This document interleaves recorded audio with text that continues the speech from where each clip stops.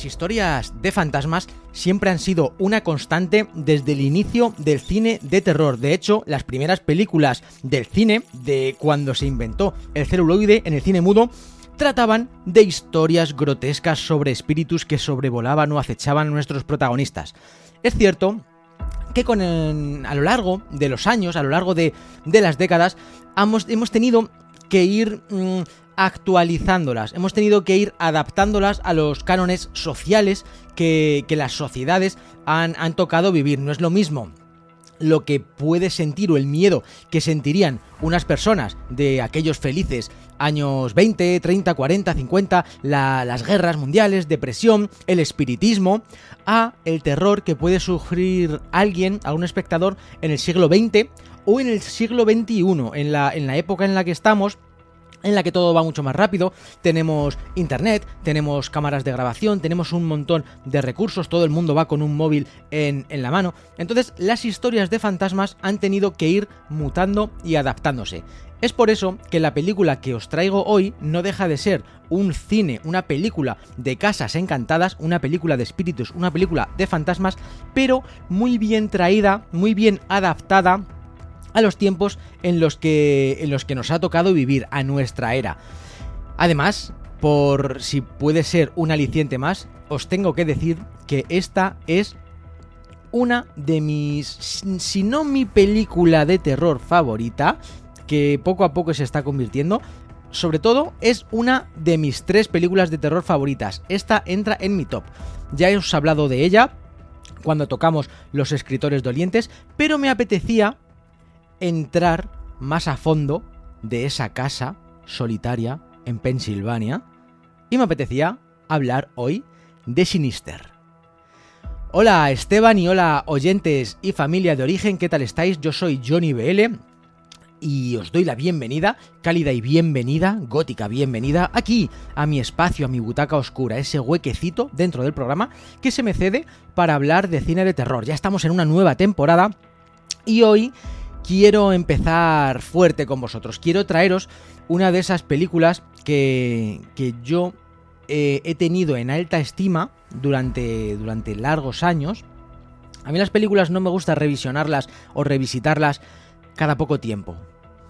Esta película, Sinister, es del año 2012, ha pasado. La vi en el momento de su estreno, me encantó, me maravilló, pero la dejé ahí.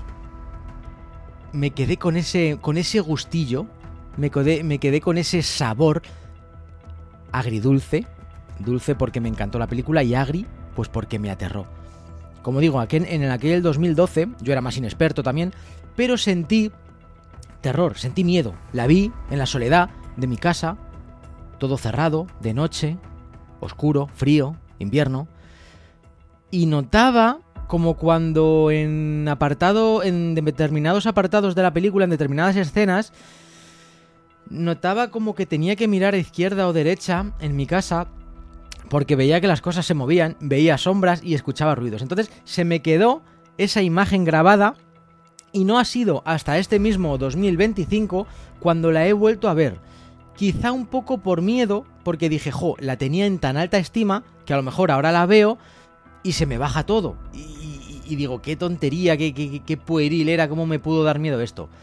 Bien, pues a modo de anécdota personal os diré, me la compré en DVD, en Blu-ray, esta película merece la pena. Ahora hablaremos del Blu-ray, porque merece mucho la pena tenerla en este formato, por los extras que contiene.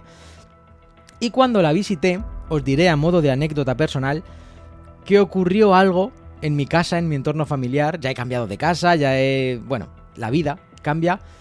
Y no os voy a contar evidentemente lo que pasó porque eso es algo que guardo para mí y para mi familia, pero os diré que ocurrió algo en mi entorno familiar que se me heló la sangre mientras veía esta película.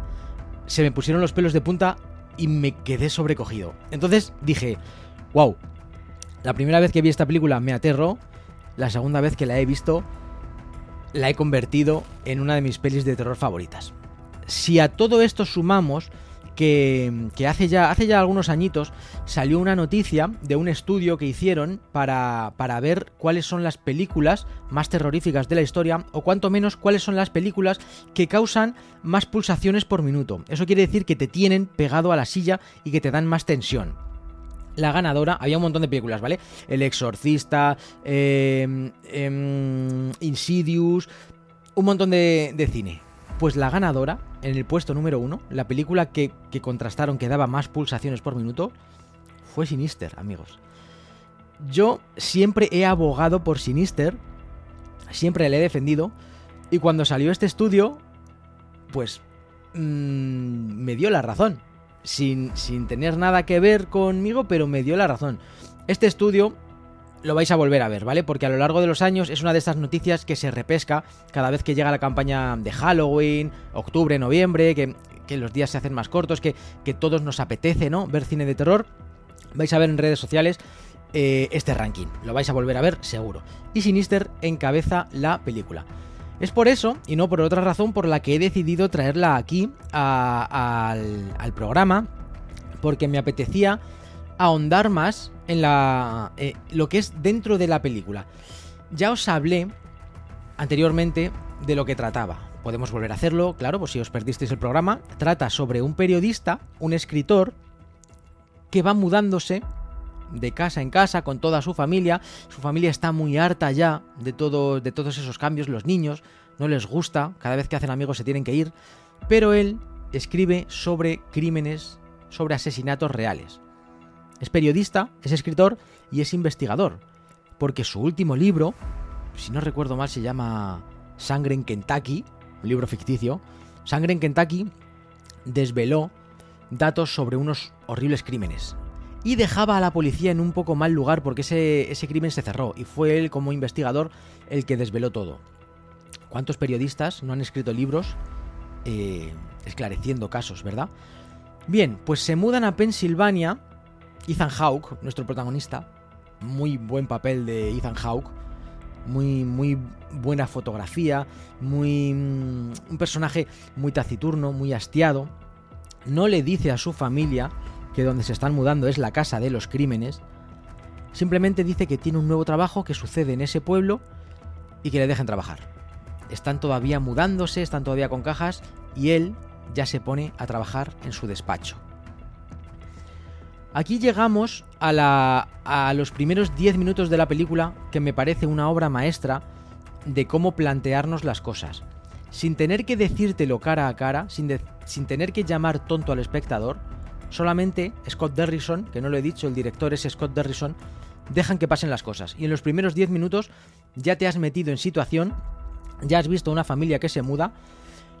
Con la excusa de que no saben dónde hay una caja, te van enseñando una panorámica de la casa. Va el protagonista enseñando la casa y ya en los primeros 2 minutos de película conoces la estancia, conoces la casa, conoces cómo están distribuidas las cosas y conoces dónde va a ocurrir todo, porque esta película ocurre prácticamente íntegra dentro de una casa. Una casa especialmente escogida, una casa que no tenía que tener 2 plantas, porque Scott Derrickson dijo que estaba harto de películas de fantasmas en las que había varias plantas, las típicas casas americanas, coloniales, bueno, coloniales y no coloniales, ya sabéis, que tienen varias plantas y arriba la guardilla o el trastero, ¿no? Trastero de arriba. Él quería una casa larga, pero de una sola planta, que todo ocurriera ahí. Luego sí que es verdad que había un desván, no trastero, sí que había un desván, pero una casa amplia. Lo consiguieron. Y da bastante más miedo porque sabes que todo ocurre en esa estancia, que no hay escapatoria, no hay lugar para huir. Conoces eso al principio de la película, después vemos como un coche de policía llega en la puerta y le dice a su mujer, interpretada magistralmente por Juliette Rylance, le dice, tienen que hablar contigo. Y en esa conversación con el policía vemos muchas cosas. Vemos que están en una calle larguísima, rodeados de bosques y solos, aislados. No te lo dicen en ningún momento, no hacen hincapié, se ve de segundo plano, pero tú ya sabes que estás en una casa, en un entorno de llovizna, en un entorno de cielo plomizo, un entorno gris, triste.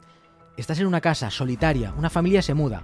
Y con la conversación con el policía entiendes o sabes que no eres bienvenido, porque le dice el policía que no le gustó su último libro, que qué ha venido a hacer a esa ciudad, que si viene a remover cosas del pasado y que trate un poco mejor a las autoridades como lo ha hecho con los anteriores libros. También conocemos la habitación de la niña, conocemos que a la niña le gusta pintar en las paredes, empieza a hacer dibujos. Y en esos 10 minutillos... Ah, perdón, algo súper importante. Nada más comenzar la película, cuando pone los títulos de crédito, que pone Sinister, vemos una imagen rodada en Super 8, con una música de fondo horrible, da muy mal rollo, y vemos como una familia está colgándose de un árbol, haciendo contrapeso, pero de repente una de las ramas se cae, o la cortan, y ellos suben para arriba, acaban colgados, acaban muertos. Todo esto con imagen granulada de Super 8, música horrible, ya estás, llevas un minuto de película y ya estás pegado al asiento. Bien, pues lo que decía, después de esta primeros 10 minutos, primera escena en la que conocemos la casa, conocemos el entorno, conocemos la trama, conocemos que se han mudado, conocemos que es escritor, conocemos que no va a ser bien recibido en el pueblo, seguimos con cámara en mano, con Steadicam, seguimos a Ethan Hawke hasta la cocina, mira por la ventana y resopla como diciendo, viene una nueva aventura, a ver qué pasa con todo esto.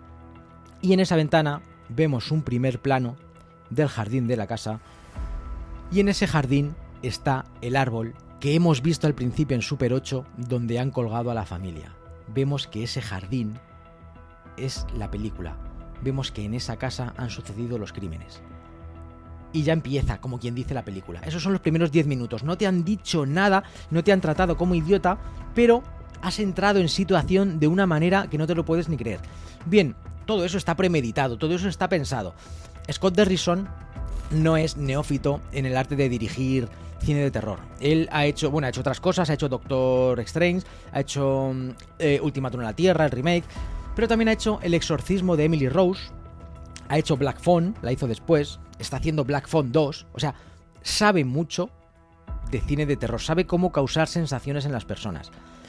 Y esta es una de esas películas, da mucho mal rollo, por la música tan bien insertada, por esas imágenes de pelis en Super 8, porque nuestro protagonista, me he quedado a medio de argumento, cuando está en ese desván encuentra una pequeña caja con una cámara de Super 8 con algunas películas, y cuando empieza a poner las películas domésticas, caseras, se ven mal, se escuchan mal, ve que son todo crímenes, asesinatos, crudos, y los ves, tú los ves en pantalla, los ves junto a él, y una sábana tirada en una casa casi sin luz, en una casa casi sin habitar porque acaban de mudarse, una casa que no tiene todavía ese ambiente hogareño. Estar viendo ese tipo de cine, él en soledad, porque no puede su familia saber nada de todo eso, y necesita recurrir al alcohol. Ver esas imágenes de crímenes, cada crimen es distinto, ahorcamientos, ahogos en piscina, quemados en un coche. Ver esas imágenes a través de sus gafas, en el reflejo de sus gafas, ves las imágenes de los crímenes, mientras él, con una cara descompuesta, necesita beber whisky solo y tiembla por lo que está viendo, te da terror, te da mucho miedo. Por eso digo que esta película, si os gusta el cine de fantasmas, os va a helar la sangre. Yo os aconsejaría verla como debéis verla, en soledad, a oscuras, poniendo atención a los detalles, porque una de las peculiaridades que tiene este Blu-ray, y ya entramos en el formato doméstico que me he comprado, es que hay una película entera silenciada y narrada o comentada por el director. Entonces, plano a plano, te va contando los detalles, te va contando... Pues este color lo elegimos así porque Ethan Hawke va siempre como con una especie de trenca de lana. Siempre va con ella y con ese color. Entonces esto combina con esto. Esta escena quisimos que hiciera esto para darle sentido al otro. Ves la película de esa manera y aprendes un montón sobre cine. Y para que no se haga mucho más largo, lo que también quería deciros es un par de extras que contiene esta cinta, esta película. Muy recomendable, Sinister, muy recomendable. Al igual que os digo que hay una Sinister 2 que podéis prescindir de ella, pero esta es muy recomendable. Y tiene unos dos extras que son unos documentales. Uno de ellos es Crímenes Reales. Es un mini documental de unos 20-25 minutos en el que te habla de asesinos reales en Estados Unidos, cómo la policía hace por perseguirles, crímenes que no han sido descubiertos, crímenes reales que han sido grabados por cámara, por formato doméstico. Y cuando ves eso te das cuenta de que esta Sinister le da más visos de realidad. Pero es que también tiene otro documental que se llama, no quiero equivocarme, se llama Vivir en casas de la muerte. Y trata sobre todos esos pisos o casas, mejor dicho, casas, estancias de Estados Unidos en las que se han cometido crímenes dentro y luego se tienen que poner a la venta. Te cuenta la historia de la casa más macabra o más encantada no, la casa de los asesinatos o de los crímenes de Estados Unidos, que la compró un hombre y la ha tenido como para hacer tours, para hacer visitas, cobrando evidentemente. Y dicen que en esa casa han ocurrido multitud, decenas de cosas. Han ido grupos de investigación por lo que allí ocurrió. En la cama, imagínate, en la cama de los niños tuvieron que limpiar la sangre, tuvieron que sacar todos los cadáveres, los cuerpos, para luego acicalar la casa, para luego ponerla a la venta. Hay un par de cosas curiosas en ese documental, como que mientras estaban grabándolo se escucha un ruido, se cierra una puerta. Eso ya queda dentro de cada uno de decir, bueno, es el show americano, que hay que dar espectáculo por todo, o realmente pasó. Mirarlo, echarle un ojo, porque está muy interesante y te hablan sobre el tema de la venta de casas con fantasma en Estados Unidos. Si hay que avisar, si no hay que avisar, si sube el precio, si baja.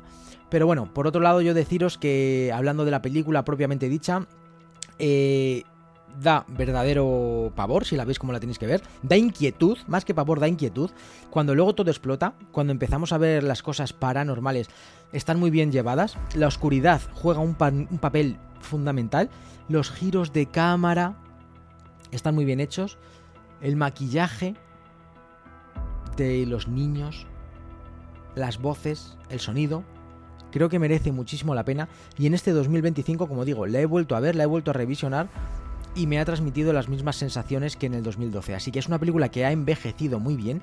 Yo la sigo poniendo en mi top de cine de terror. Si alguien me recomienda una peli para pasar miedo en Halloween, quizá en Halloween no, porque Halloween es más festivo, es más alegre. Halloween necesitamos un terror más comercial, más desenfadado, pero si alguien realmente quiere pasar miedo, o pasarlo mal, o pasar inquietud, o si alguien es aprensivo, a poco que os gusten las películas de fantasmas, o las películas con pocos escenarios, de reclusión en un hogar, o un thriller, puede ser un thriller oscuro y gótico, os recomendaría Sinister, con muy pocos personajes, con una trama muy bien hilada, muy bien contada, así que esta ha sido mi recomendación, mi review a día de hoy sobre Sinister de Scott Derrickson. Nos vemos la semana que viene con otro nuevo vídeo y hasta entonces no os olvidéis de cerrar bien la puerta antes de iros a acostar, pues nunca se sabe lo que pueda haber en el otro lado.